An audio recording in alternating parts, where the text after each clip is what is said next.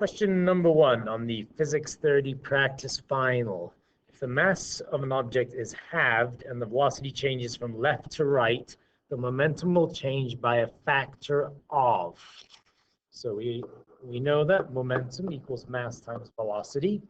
And so we know that momentum is directly related to mass, and momentum is directly related to velocity. We can just write it as directly related to the product of mass and velocity. And so if the mass gets halved and the velocity changes from left to right, so that's just going to make it into, we're not changing the magnitude, so it's just going to be 1, but if it changes from left to right, then it's -1. It changes direction because the velocity is a vector quantity. Therefore, the momentum of the object will change by a factor of -1/2. Number 2, which of the following are reasons why an elbow pad helps prevent injury to an inline skater's arm during a fall onto the padded elbow? All right, so this is basically your impulse question. And we know that impulse, in other words, the change in momentum, equals force times delta t.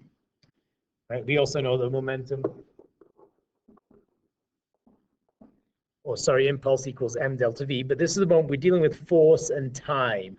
So we can use this permutation, and we know that the impulse always stays the same, but if I increase the amount of time, so if delta t gets really big, then for this to remain constant, f must get really small.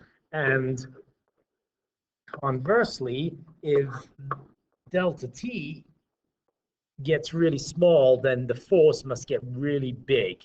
So all the protective gear and seatbelts, they're all designed to do which one? This one here. They're designed to increase the amount of time and therefore decrease the force. So let's go back and have a look at which ones are true. The time, number 1, the time force that is exerted decreases. No, no, and no. The time increases. We're increasing the time and therefore decreasing the force. The area over which the force is exerted increases. The area over the force is decreases. So that one, yeah, we really didn't discuss that, but so intuitively, when you have padding, what does it do? It increases the area, so the force is spread out over a greater area, and therefore the individual little points are going to receive less force. So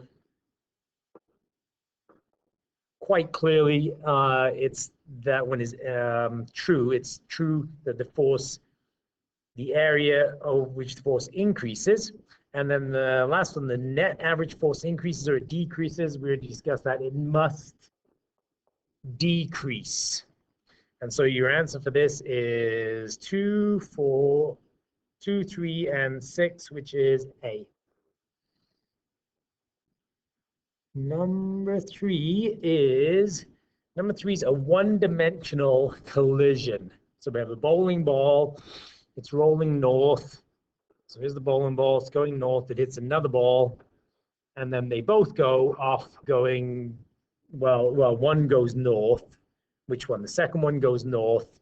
And then the first one we have to decide is, does it continue going north or does it go south? So one-dimensional collision is pretty straightforward. The momentum, this is the momentum before equals the momentum after. So the momentum of the first ball plus the momentum of the second ball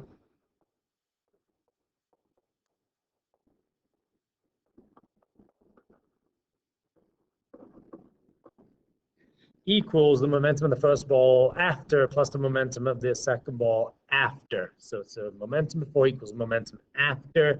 The second ball is stationary. So the first one is 6.63 and has a velocity of 0.155. The second one is stationary, so just put a 0 in for that. What are we solving for here? Let's make sure we know that. So what is the velocity of the first ball? So this is what we're solving for.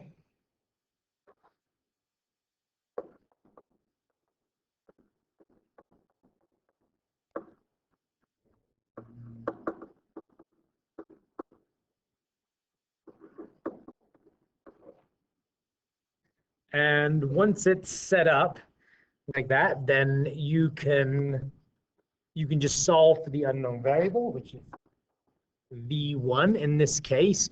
Just be really careful about the signs and the directions. So the first ball is going north, and now the second ball is going north. So you got to make sure they're both designated as positive.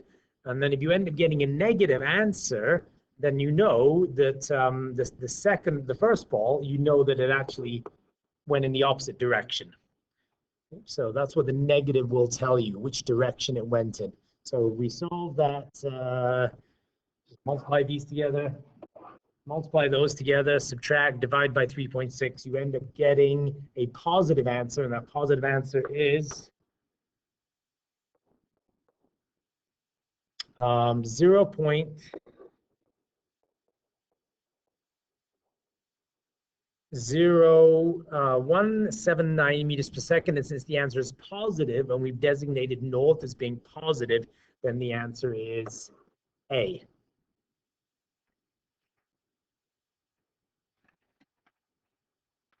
Number four, when two neutral conducting spheres are suspended from an insulated thread and touch each other, a positively charged rod is held near sphere 1. So you got two spheres, they're both neutral, so they have no charge, and then you take a positively charged rod near it.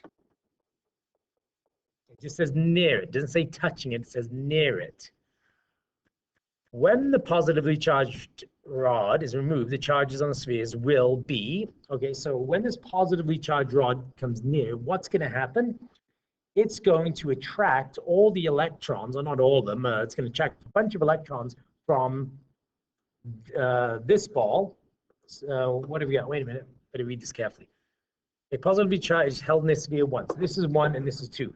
So the electrons from 2 are going to migrate. They're going to be attracted to the positively charged rod. So they're going to migrate into here, into sphere number 1. So then when you move the rod away, then this sphere number 1 ends up with an overall negative charge. And sphere 2, since it lost electrons, will be a positive charge. So the answer for this one is B. Now, this question probably needs to be a little more specific, because if you remove the rod and they remain touching, then eventually the electrons are just going to migrate back. Everything wants to balance out, and they're both going to be neutral. So if I was doing that question, I'd probably reword it and say, when the positively charged rod is removed, or I'd say immediately after it's removed, then the charges will be, or the positively charged rod is removed and then the spheres are separated immediately, what will their charges be? Because eventually they will both become neutral again, because they're touching and they can, of conduction. Okay. Similar question. A conducting sphere X possesses a charge of Q is touched to a similar neutral sphere Y. So this is an X, Y, Z question. Then to a third. Okay, so if you have X and it has a charge of Q and you touch it to Y, then, and Y is neutral, so basically this is Q, this has a charge of 0, and this has a charge of 0. If you touch them X to Y, then all of a sudden they're going to share that charge. And so now X has a charge of 1/2 Q, Y has a charge of 1/2 Q, because they share it equally. And then, what do you do? And then to a similar neutral sphere. And then they want to know, so step 2. So then you're taking X again, which has a charge of 1/2 Q, and you're touching it to Z, so they will share that 1/2. And if they share a half, then they're each going to end up with a quarter.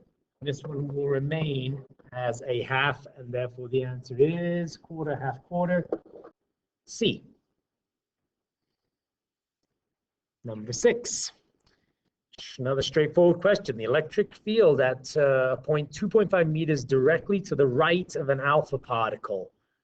Right? So we're talking about the electric field around a point charge or any charged particle, which is going to be a non-uniform electric field, and that's what we're going to use this formula. E equals K over Q divided by R squared. We have K, Coulomb's constant. We have Q, because it's an alpha particle, which has a charge of +2. So 1 + 2 times the elementary charge. So that's why it's 3.2 times 10 to the -19, and 2.5 squared. Straightforward question. You multiply all this together, and you're going to end up with the answer of 4.6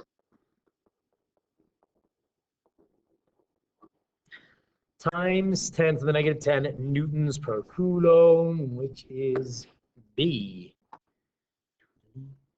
Number 7. All right, here's one that we have to think about a little bit.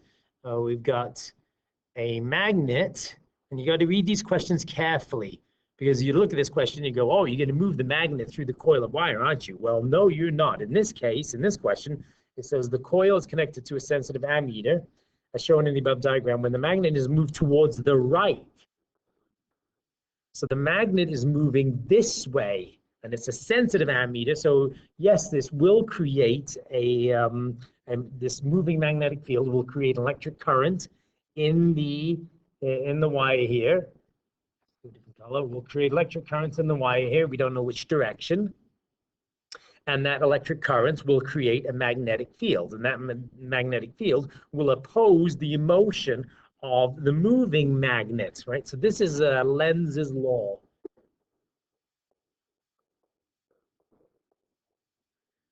Lenz's law. So the magnet is moving to the right, and in the presence of a magnetic field, the electric charges or the electrons in this wire are going to start moving, and those moving electrons will create their own magnetic field. Now, the magnetic field that's created within the magnet, you're going to have to decide here and here, is that the North Pole or the South Pole?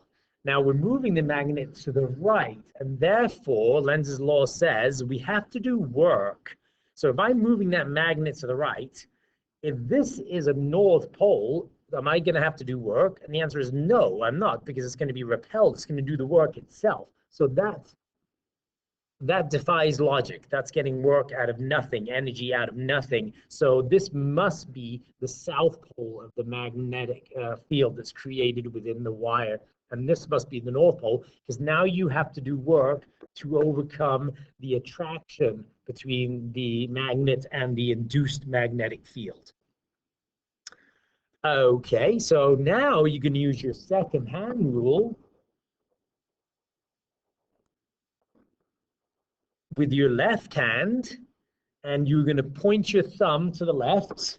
So your thumb is going to go to the left, and then your fingers curl around. So if you're holding your hand in front of you, like I am right now, then my thumb's pointing to the left, and my fingers are curling around. They're kind of curling towards me. And then you have to read the answers carefully, because it depends on where you're looking at this. Which way are your fingers curling? So your fingers are pointing in the direction of the magnetic field. It's a circular magnetic field. And if we look at A, it says moving, or the ammeter will move. Okay, so yes, it will move because a current is created, and the ammeter shows current, indicating the current direction as seen from the right side of the coil is counterclockwise. So is that true or false? If you're holding your hand in front of your face right now, and then you move your head to the right side of it, which way your fingers curling? And that's actually the answer. You can see your fingers are curling in a counterclockwise direction. Okay, B is the opposite. C says fluctuate from left to right, from right to left. No, that's only if you were moving the magnet through it, and then it would change, the direction of the current would change. Remain the same? No. So the answer to that one is A. Good Lenz's law question. How about this guy here? Deflections of charged particles through an external magnetic field. This question, we got 1, 2, 3, and 4. You can see that before we even read the question, you can see that 1 and 2 must have the same charge, and 3 and 4 must have the same charge, but they're not. Either 1 and 2 are both negative, and therefore 3 and 4 are positive, or 1 and 2 are positive, and therefore 3 and 4 are negative because they're the direction they're curving in. You can also tell that either, if you're looking at just 1 or 2, one of them must have a greater mass, or one must have a greater charge. So the charge or the masses are going to be different. Now let's read the question, because that depends. The question is going to depend on how we approach this. If the masses of the charged particles are equal, then the charges of particles 1 and 2 respectively could be. Okay, so it says in this one the masses of them are equal. They're charged particles going to magnetic field, and therefore they're going in a centripetal force. So the magnetic force equals the centripetal force.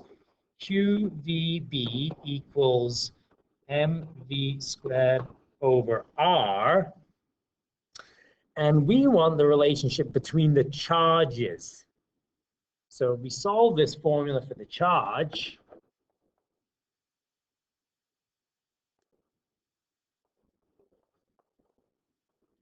we're going to get Q equals mv over br, right? Which means that Q is directly proportional to m. So if the mass increases, then the charge must be increases. But also it says in the question that the masses are equal, so that's irrelevant. So the one that we want to know, what's the other thing that's indicated in the diagram, is the radius, how much they're curved. So 2 has a smaller radius than 1.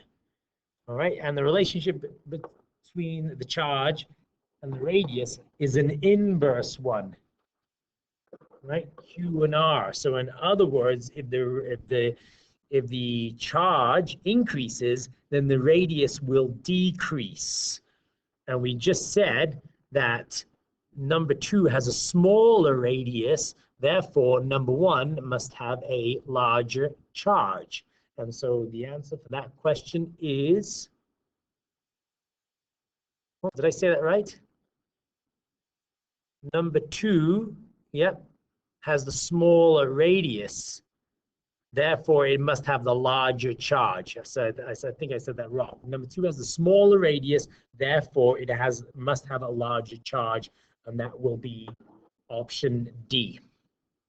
Okay, we'll continue this in video number 2.